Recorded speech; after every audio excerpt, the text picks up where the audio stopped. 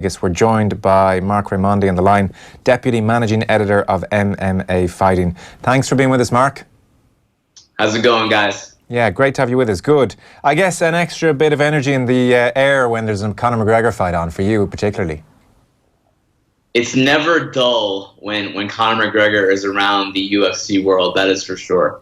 What have you made of the build-up? McGregor, it seems in some respects, is a touch burnt out with media commitments. He has certainly not done all that much. It seems the UFC not thrilled that he hasn't been front and centre, but there's not much they can do about it. I mean, I suppose the last time we really saw him was the Mayweather tour, and that would burn out anybody, really, and it was pretty nasty. And also, I suppose, it would have stared him in the face that it had no real effect on Floyd Mayweather either. He has been noticeably low-key in this build-up. He has, and I think that's sort of to be expected in a way, because I think this fight has already been sold in many ways, for better or worse, after the infamous bus incident that happened in April. Yeah. In many ways, this fight has already kind of been at the forefront of what the UFC has wanted to do, so it doesn't need a hard sell. But I will say, I mean, Fight Week is only just beginning now in Las Vegas. I'm here. Things kick off tomorrow with workouts, and there's a press conference on Thursday. Of course, there was a press conference 2 weeks ago in New York. Yeah. So I think that, but between now and Saturday, guys, I think there will be plenty of extra promotion and plenty of McGregor doing promoting. I think he's going on Conan O'Brien's show here in the States. Okay. So I think when all is said and done, when UFC 229 finally kicks off on Saturday, I think enough will have been sold. Yeah, because I mean, I was thinking back to, wasn't it 2016, the Diaz fight, when it was cancelled effectively over McGregor not fulfilling his media obligations, and he had that pretty interesting Facebook post around the time where he was talking about 50 world tours, 200 press conferences, 1 million interviews, 2 million photo shoots, and at the end of it all, I'm left looking at his down the barrel of a lens, staring defeat in the face, thinking of nothing but my incorrect fighting preparation. And he talked about the grimness of sitting in a car on the way to some dump in Connecticut or somewhere to speak to Tim and Susie on the Nobody Gives a Bleep morning show. That did not get me this life. So I think even in 2016, he was a bit grimmed out by it. And the Mayweather thing was a circus. So I don't suspect we'll ever see him doing too much to sell any fight. I mean, I don't know what the stipulations are in his 8-fight deal. Well, I mean, I think for anyone who reaches that status as not only UFC champion, but also, I mean, Conor McGregor is the biggest star in UFC history, so there is a constant demand for his time, for his quotes, his sound bites, et cetera, et cetera. So it must be a ton of pressure. And past UFC champions and past UFC huge stars like him, like a Ronda Rousey, had a hard time dealing with it, admittedly so. George St. Pierre had to vacate the UFC welterweight title, he felt, because there was too much pressure on him from the fight perspective, from the training perspective, and also the media perspective. It's just a constant barrage, and the UFC asks a lot of fighters. They asked a lot of Ronda Rousey. They're asking a lot of Conor McGregor. So personally, I don't mind, and I understand why he may want to dial it back a little bit. You can make the argument that Ronda Rousey did too much promotion, too much press, and it caused her to almost foul up her career, at least the trajectory of her career, heading into that loss against Holly Holm. There was a sense in the Jose Aldo fight that it actually was getting to Aldo. You know, it was quite a useful tool for McGregor. He was getting inside Aldo's head. He was making him angry, if nothing else. Khabib seems to be made of pretty tough stuff. Have you dealt with him much? Have you come across him much? Yeah, I mean, I've talked to Khabib many times over the course of many years, and he is a stoic individual. He is not a very emotional man. He kind of keeps very even-keeled through all aspects of life, and he's very religious. He's a devout Muslim, and he's not a partier. He doesn't drink. He doesn't do any of that stuff.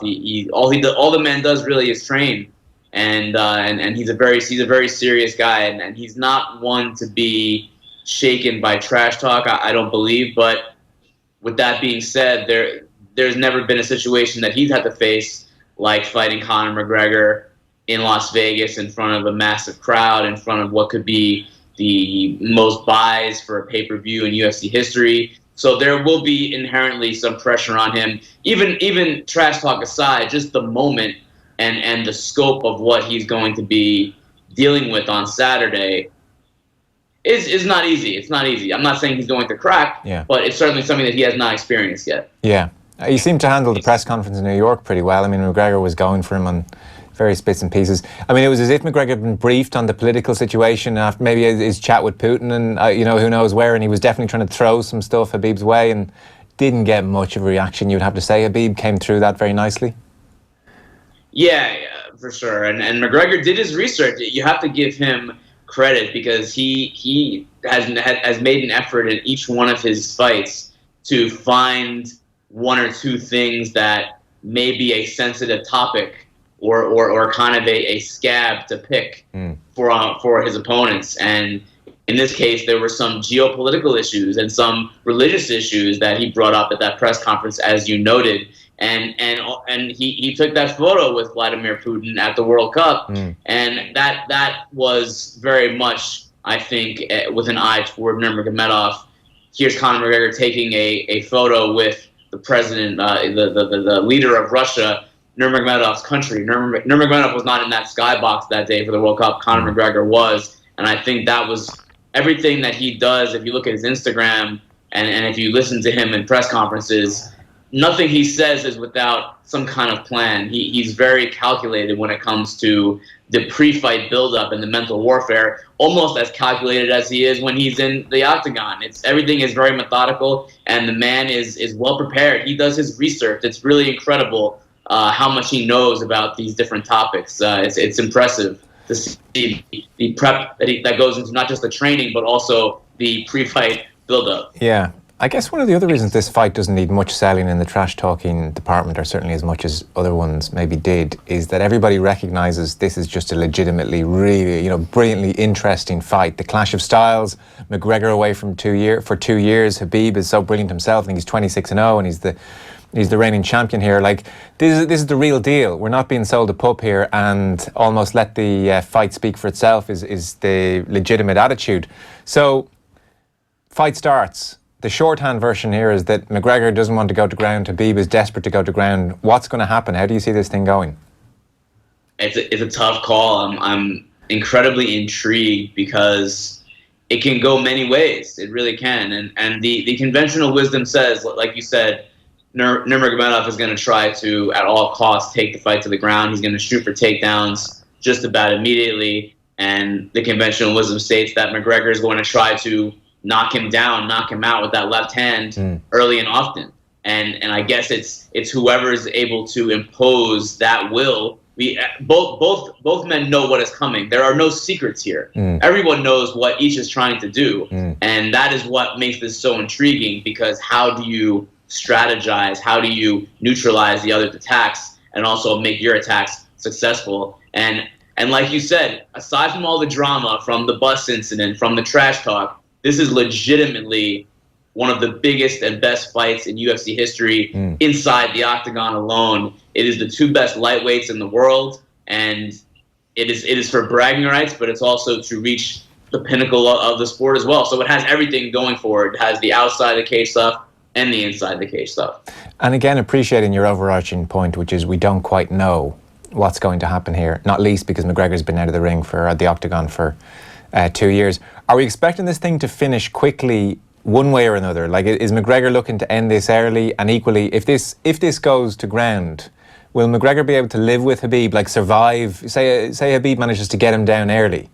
Is McGregor good enough down on the ground to survive for a round and kind of hold his own and cling on for the 5 minutes? Or is he in big trouble if this goes to ground?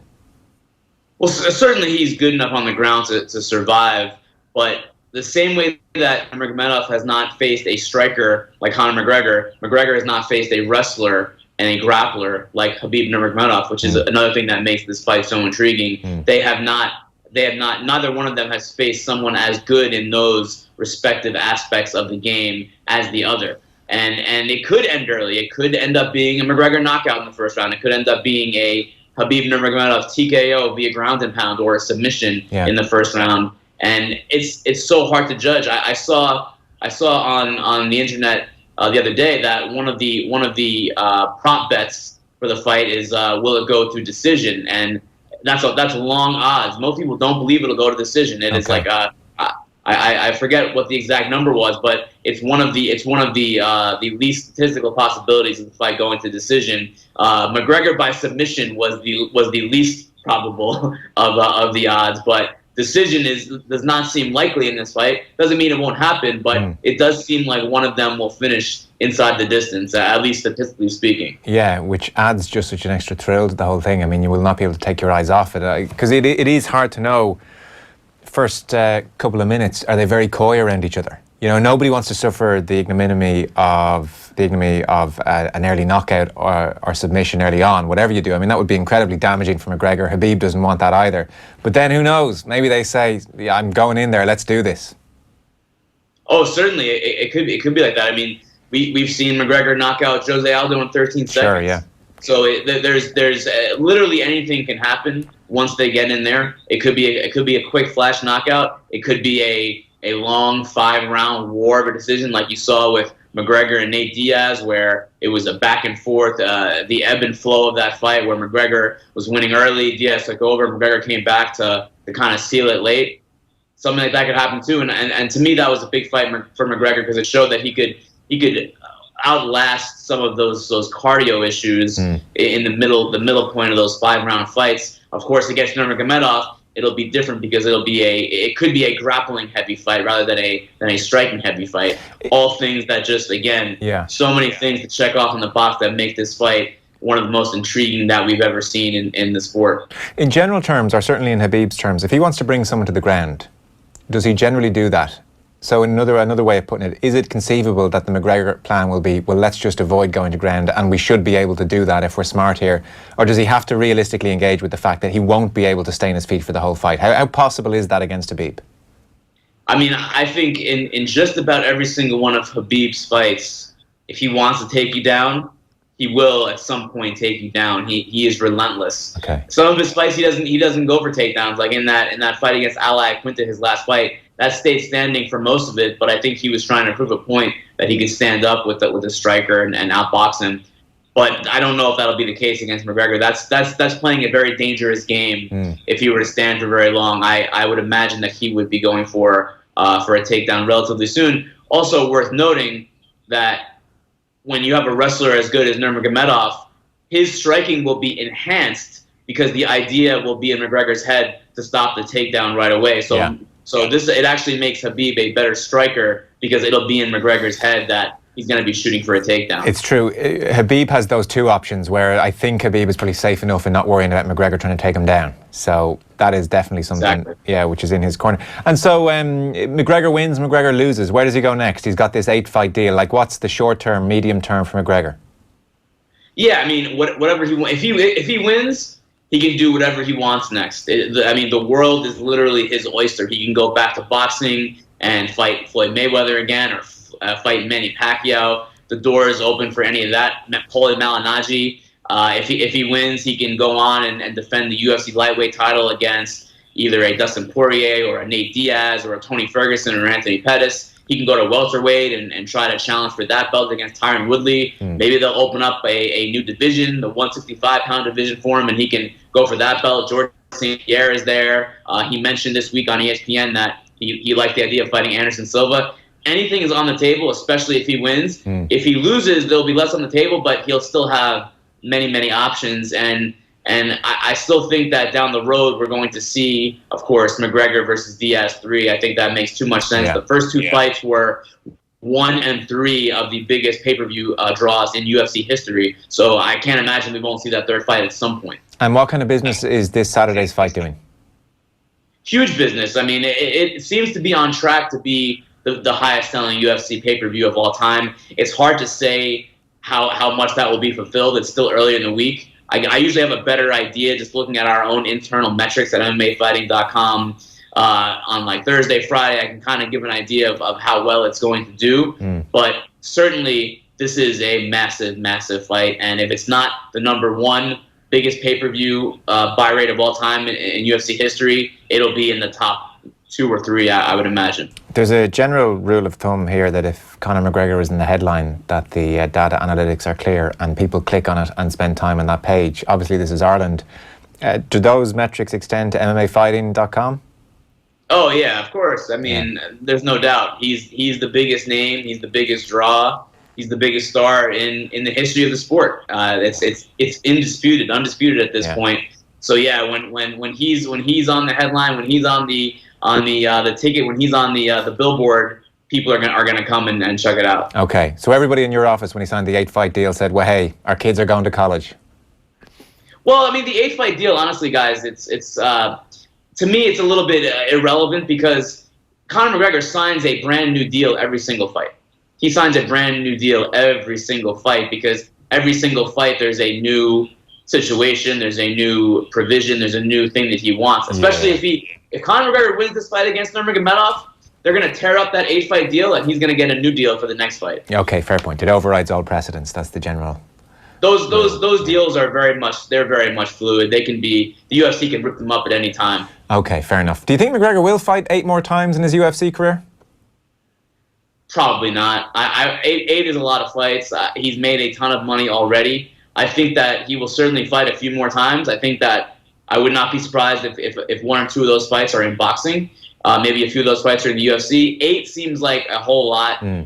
8 fights from now, he'll have made a good amount of money. And it seems like he's doing a decent job of diversifying and investing in other businesses and trying to get some passive income and try to generate revenue that way. So 8 fights seems like a lot. It's very hard to say that he would go that far. That's years and years down the line. Final question, Mark. Who's going to win? That's a tough one. I don't usually like to give predictions until after I see the official weigh-ins, after I see how they look after the weight cut. So that's going to be tougher on Khabib than McGregor. That will be tougher on Khabib than McGregor. There's no doubt about it. Apparently, Khabib is having a decent weight cut.